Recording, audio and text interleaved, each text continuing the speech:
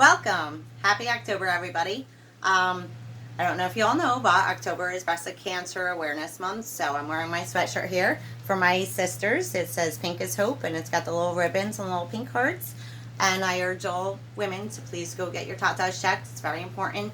Self-examinations, early detection leads to a higher survival rate, so we want that, please. Women get them checked, and men too. Unfortunately, you are also in this category, so please, everybody just go and check your chest. Yay. Okay. Today is October 10th. It is World Mental Health Day, and it is National Depression Screening Day, so please go get screened. If you're not feeling right, you don't know what it is, and it's definitely not physical, please go get screened. It literally could save your life, so please. And today we're going to be talking about mental illness. I have some statistics to share with you. 1 in 5 adults each year will have mental illness. 1 in 6 kids from the age of 6 to 17 will suffer from some form of mental illness annually. And 17.7 million people will have some major depressive disorder, and that's also annually. So, again, those are high statistics, but probably not as high as they really are, because a lot of people won't come forward because of the negative stigma. So, and that's what I'm here advocating and trying to change. So, first I'm going to read you 3 poems, and then I'm going to read you a preface from my new book, and they all have to do with mental illness. So first I'm going to start off with Borderline, which is a poem about borderline personality disorder when I first got diagnosed. So for those of you who don't know what borderline personality disorder is, I did write down a short definition. I'm on a time restraint, so I didn't want to, make it too long. But borderline personality disorder, or BPD, as some people call it, well, most people call it, you'll see it out there a lot, is an illness marked by an ongoing pattern of varying moods, self-images, and behaviors. People with BPD may experience intense episodes of anger, depression, and anxiety that can range anywhere from a few hours to days, sometimes weeks. So, when I first got diagnosed and I read all that, I really thought I was doomed. I thought it was a life sentence. I hadn't gotten to the point I am now where I can actually I'm living with my mental illness. I mean, back then I was still suffering from it, and I was so terrified, like, oh no, here's another diagnosis. What's wrong with me? So I was struggling really hard. So this poem comes from a point then that I was actually, like, not okay with all of this. Not that it's ever okay, but you learn to live with it. So, Borderline. I am fighting an enemy inside my head. It is not curable, and that fills me with dread. My mind betrays my every thought. Just think of all the battles I have fought. All the time I spent alone in my mind, searching for answers that are impossible to find. Why can't the darkness ease my pain? Let me enjoy the cold, dark rain. I want to cure the disease inside me. Leave me alone. Set me free. See, there I'm, like, totally fighting with my mental illness. I'm not going to be okay with it. It's ruining my life, and that's where I was then, and years went by. I was in with a good therapist, and he helped me a lot, and so I grew to, like I said before, not suffer, to live with. And so it came to a point when I was feeling better about myself. And this is funny how it goes, but I was feeling better, and people were judging me and picking on me, and saying things that aren't very nice. Call me crazy. It's not nice, and it hurts, and especially when I do have mental illness, it hurt me to the core. So basically, this is a poem like probably every mental illness anthem that you could ever hear. This is just, love me. Don't judge me. Please don't. You have no clue what I've been through. So this is that poem. Love me as I am. Don't treat me as a little girl just because I act it. I am making up for a childhood that was robbed from me. Don't judge me because of my scars. They are battle wounds from a lifetime spent in a war zone. Don't look at my tattoos and cringe. They tell a story, my story. Don't criticize me because of my broken heart. You can never imagine the pain I endured. Don't pity me because you think me weak. I am stronger than you will ever know. Don't treat me bad. I deserve better. Don't criticize me. Encourage me. And please don't judge me. Just love me as I am. That's not a horrible thing. Just love me as I am. We all need to be kind, and we all need to just love each other as we are. You know, it's very, very important. This world is like tearing each other apart. You know, everything's fighting, and you know, we need to get back to being human with each other. It's very important. So now the next poem I'm going to read, this was somebody actually complimented me, and I was like, ooh, oh my gosh, they complimented me. What do I do?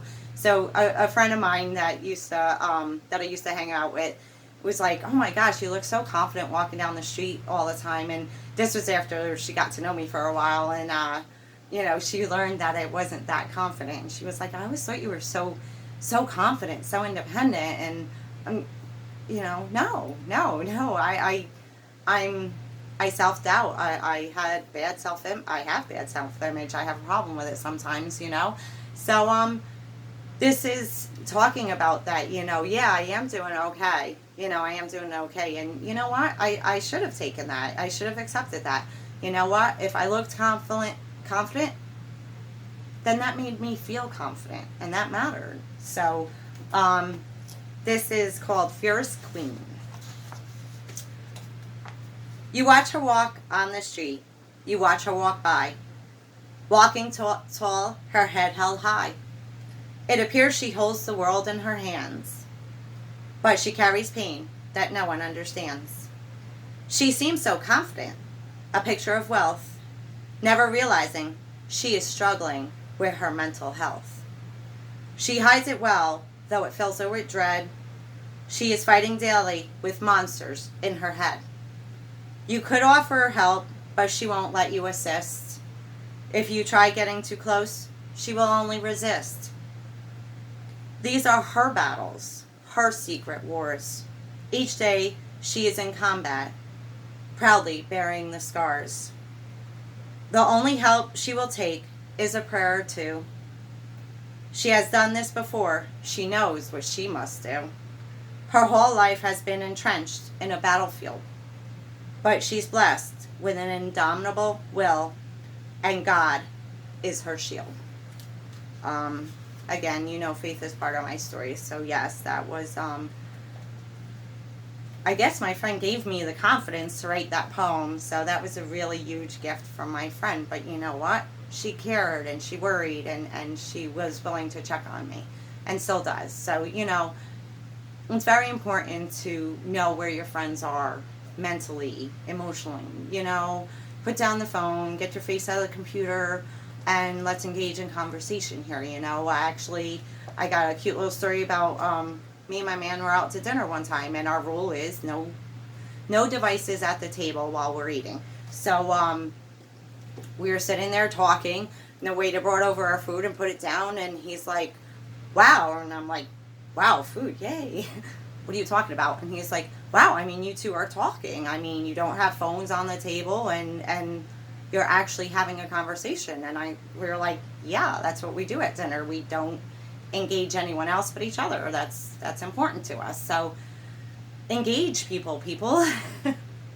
You know, we need to be there for one another. We need to, when you're down, you need someone to lean on. When you're happy, you want to share good news with people. You know, we need people, and we're getting too lost in our technology, and we're losing that human touch. You know, that's very important, very, very important. So the next thing I'm going to read is the preface to a chapter in my new book, and I will read you the name of the chapter because it kind of makes me giggle, and I don't know, it's just me. Like, I'm okay having mental illness. It's okay not to be okay. I love that quote. Yeah, I'm okay. So the chapter is Musings of a Mental Patient. It's quotes and short poems. But I just want to read you the preface. So, now, before anyone goes getting all offended, I have every right to call myself a mental patient. I do not mean it offensively. Throughout the years in my writings, I have tried to raise awareness about mental health. I have wrestled with mental illness since I was a child, and sometimes it won. Through the years, I have had my share of therapy, counseling, various medicinal treatments, and a few lovely stays at three-star mental health facilities. I have no problem proclaiming it to the world. I am not ashamed of my mental status. For those of you who are not aware, people with mental illness have a uniquely different way of seeing and comprehending the world around them. They usually are unexpectedly random, as I am. So, in the section that follows, I have compiled a number of quotes and short poems that I have jotted down while I was riding my own personal roller coaster. As you read through, pay attention. You will be able to see a rhythm. Notice how at times I seem so euphoric and carefree, and at others it seems I have lost all hope. That is because that is how my mental illness works. But each case is different. At points I have believed life to be perfectly happy when it wasn't, and other dark times I have felt as if I wanted to take my own life. This is why I write. Because if I kept all those extremes bouncing around in my mind, I am quite convinced my head would implode. That is absolutely true. I do believe that. Implode. Inside. In conclusion, the reason I wrote this little preface is to shine a spotlight on mental illness, to demonstrate it is an illness, except for the fact that it affects the sufferer from the inside of the mind on outwards, and it is not always visible. Mental illness can be debilitating. It is complicated, and it is very real. What mental illness is not? It is not something to be ashamed of. It is not something that should embarrass you. And it is not something you should feel the need to keep quiet about. I have mental illness, and I do not feel the need to censor myself for the comfort of others. I have always discussed it, and I will continue to do so until the negative stigma is lifted from the disease. Maybe that's why I'm so adamant about it. You know, I've been on both sides. I have had people call me names and criticize me, and I've helped people who needed me to be there. So I've been on the receiving end of the bullying and the hate against it, and I've been on an end where I could offer something and someone would comfort me back. You know, I mean, it was that human interaction. It's very important. And, I want to bring light to it that, look, I have mental illness. I am the face of mental illness, along with millions of others. You know what? And I'm not ashamed to be that. So please, be aware. Check on your friends. Check on your family. Check on everybody. Make sure everyone is okay. Put down your phone. Get out of your computer. Let's have human interaction again. It's so important, and we're losing that today. Please, please be in contact. Always reach out to the other person. Make sure everyone's okay. It's okay not to be okay. I am not okay every day, and that is okay. You are okay. We are okay. It's stop the stigma. Oh God, it just drives me crazy. But I hope that I am helping somebody out there. I hope that I'm reaching other people who might know people with mental illness, and maybe I'm helping you help them. Please just, check on everybody. Make sure everyone's okay. So, I don't know. That's it. That's what I can say about mental illness. Those were some examples of episodes I've been through. And it's very important that we just keep in touch with each other. So, okay. I love you all very much. Blessings.